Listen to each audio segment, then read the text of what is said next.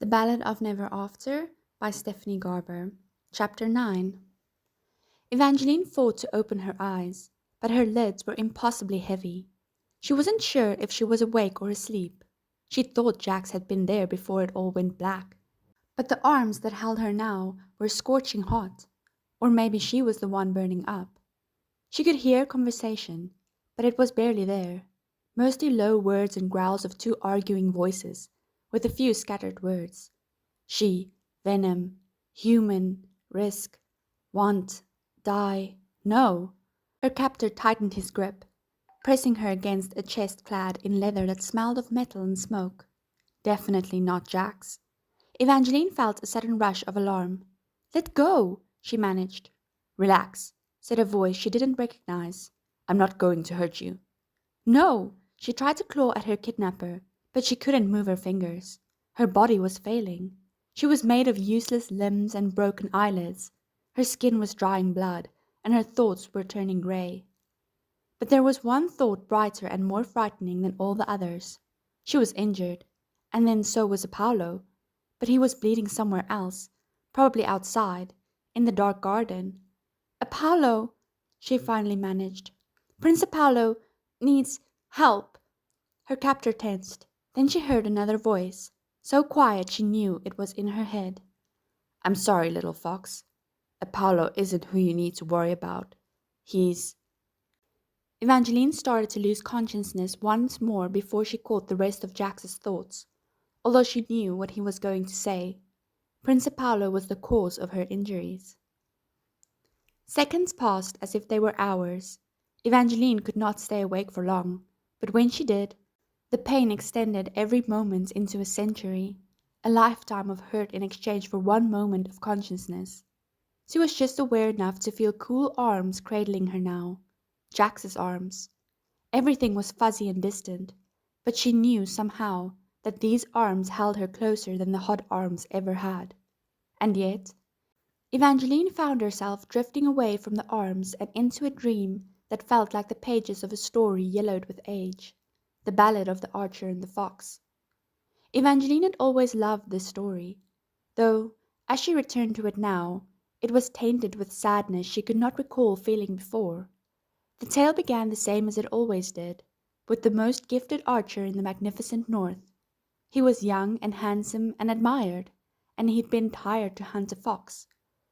It was the craftiest fox he'd ever met, and he hunted it for weeks. The fox would catch him sleeping. It bit his ears and chewed his shoes and made his life misery. But the archer never managed to capture it. The only joy the archer had while hunting the fox was on the days he saw the girl. He didn't know her name at first. She was just a pretty peasant who lived in the forest, but he found himself wanting to chase after her instead of the fox. She talked to him in riddles, and when he got them right, she'd bring him little treats. He slowed his hunt for the fox, wanting a reason to stay in the forest with this peasant girl. She was clever and sweet, and she made him laugh. But the peasant girl had a secret. She could change into a fox, the very fox he was hired to hunt. After learning this, the archer believed those who had hired him had made a mistake. He returned the coins he'd been given and told them the fox was really a girl. But his employers already knew this, and they were not happy that he refused to hunt her. So they put a curse on him, one that compelled him to hunt the girl that he now loved. Evangeline's heart began to race at this part. Whenever her mother had told her this tale, she always forgot what she was saying right before she finished the story, and now Evangeline was starting to reach the end. She could feel the archer's confidence, mingling with his fear, as he sat in the forest outside his beloved's cottage. The archer had always been so very sure of himself and what he could do. He'd never been given a task he could not complete. There was no beast he could not track, no target he could not hit. He could shoot an apple from the hand of a friend at 1,000 paces away, while it was still being tossed in the air. He was a legend. He was the archer, and he would have sacrificed it all to save her. Yet, even as he thought the words, the archer looked down to see he was already nocking an arrow, getting ready to shoot the girl he loved as soon as she stepped out of her cottage. The archer threw down the bow and cracked the arrow on his knee. wishing it was as easy to break this spiteful curse. He'd been told it would only lift when he killed the girl. The one way to save her would be to stay away, but he couldn't believe they were never meant to be. There had to be an other. The dream dissolved, like raindrops washing away peddler chalk on a sidewalk. Evangeline fought to hold on to it. She wanted to know how it ended, but the harder she tried to remain in the dream, the more it began to fade, until she couldn't remember what she'd been dreaming at all. Everything hurt when she woke up. She was no longer being held by hot arms or cold arms or any arms at all. She was on her back, every inch of her burning, aching, despite the softness of the bed she'd been placed in. Her eyes fluttered open slowly, adjusting to the light. There was just enough for Evangeline to see a set of heavy cage-like iron bars crisscrossing above her. She jolted upright. Her wounded shoulders screamed in pain, and she fell gracelessly back onto the mattress. "Welcome back, Princess." The voice was velvet smooth, and it did not take long for Evangeline to identify the source.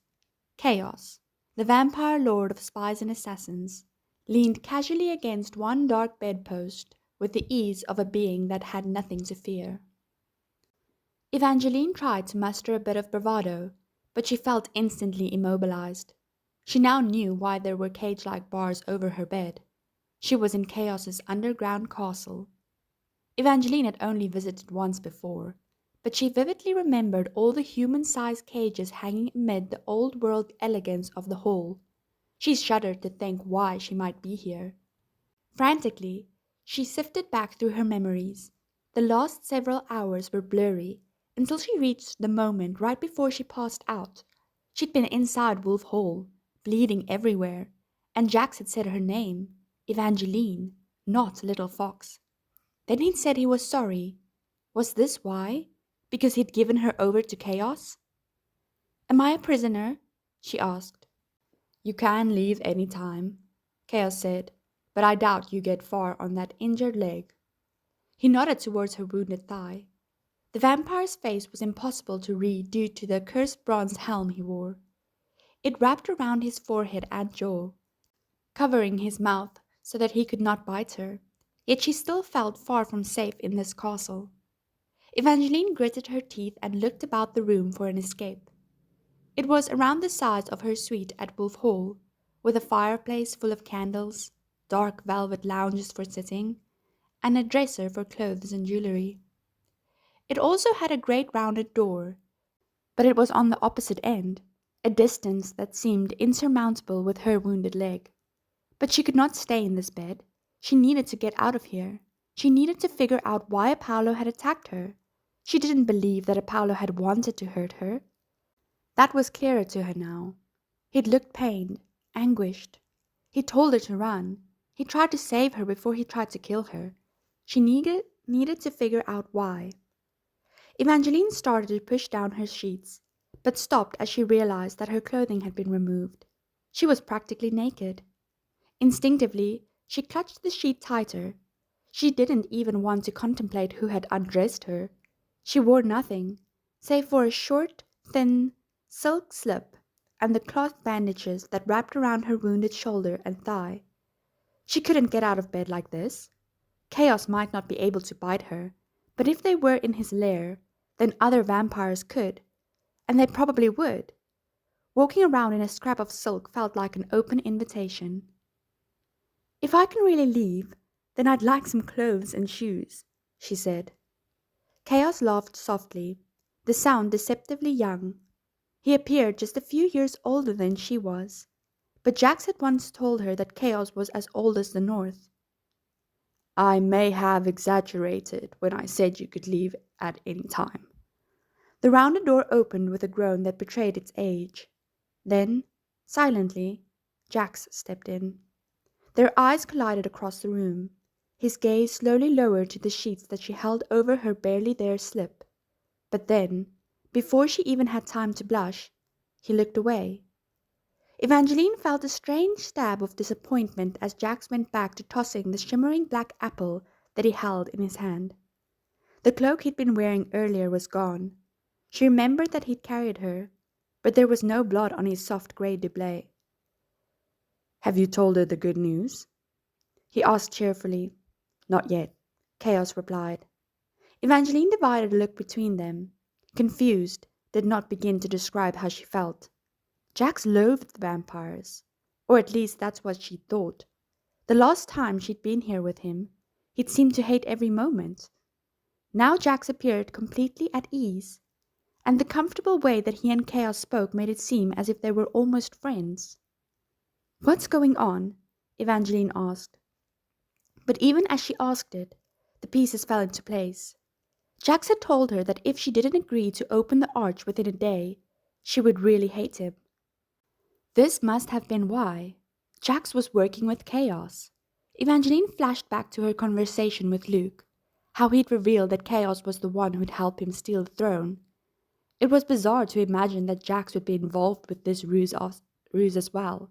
But after learning Luke was the heir, Evangeline's first thought had been that she needed to wake up Apollo more than ever. Perhaps, if she'd had more time, she would have turned to Jax.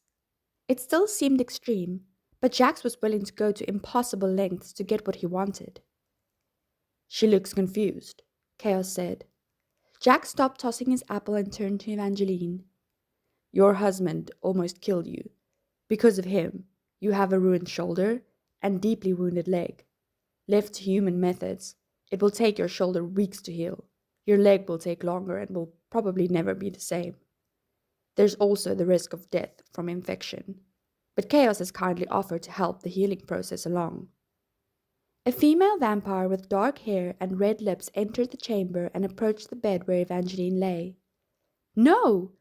She clutched her sheets tighter, understanding dawning as the female bared her fangs. There were two types of vampire bites, one that allowed vampires to merely feed, and ones that infected their prey with vampire venom. Vampire venom had tremendous healing properties, but it also had the potential to change the infected person into a vampire. Being bitten didn't mean a person would have to change. Any human infected with venom had to drink human blood by dawn to transform into a vampire. But Evangeline had seen what the vampire venom did to humans, how it turned them desperate enough to break cages and locks just for one bite.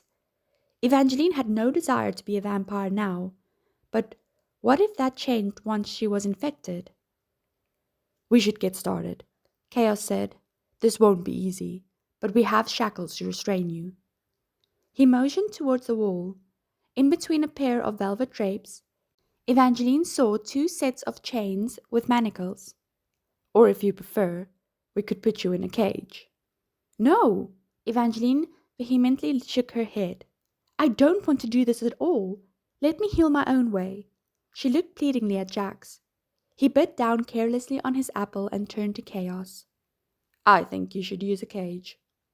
As soon as Jax said the word, Chaos reached for a lever embedded in the wall. Bars instantly crashed down around her bed, trapping her inside. No! It all happened so fast. Evangeline didn't even know she'd screamed until she heard her voice echo through the room. She tried to grip the steel, but that was a mistake. Chaos grabbed her wrist through the bars. I'm doing you a favor. Holding her tight, he offered her arm to the female vampire. Evangeline struggled and cried out again. Teeth flashed, and then she felt them sink painfully into her wrist.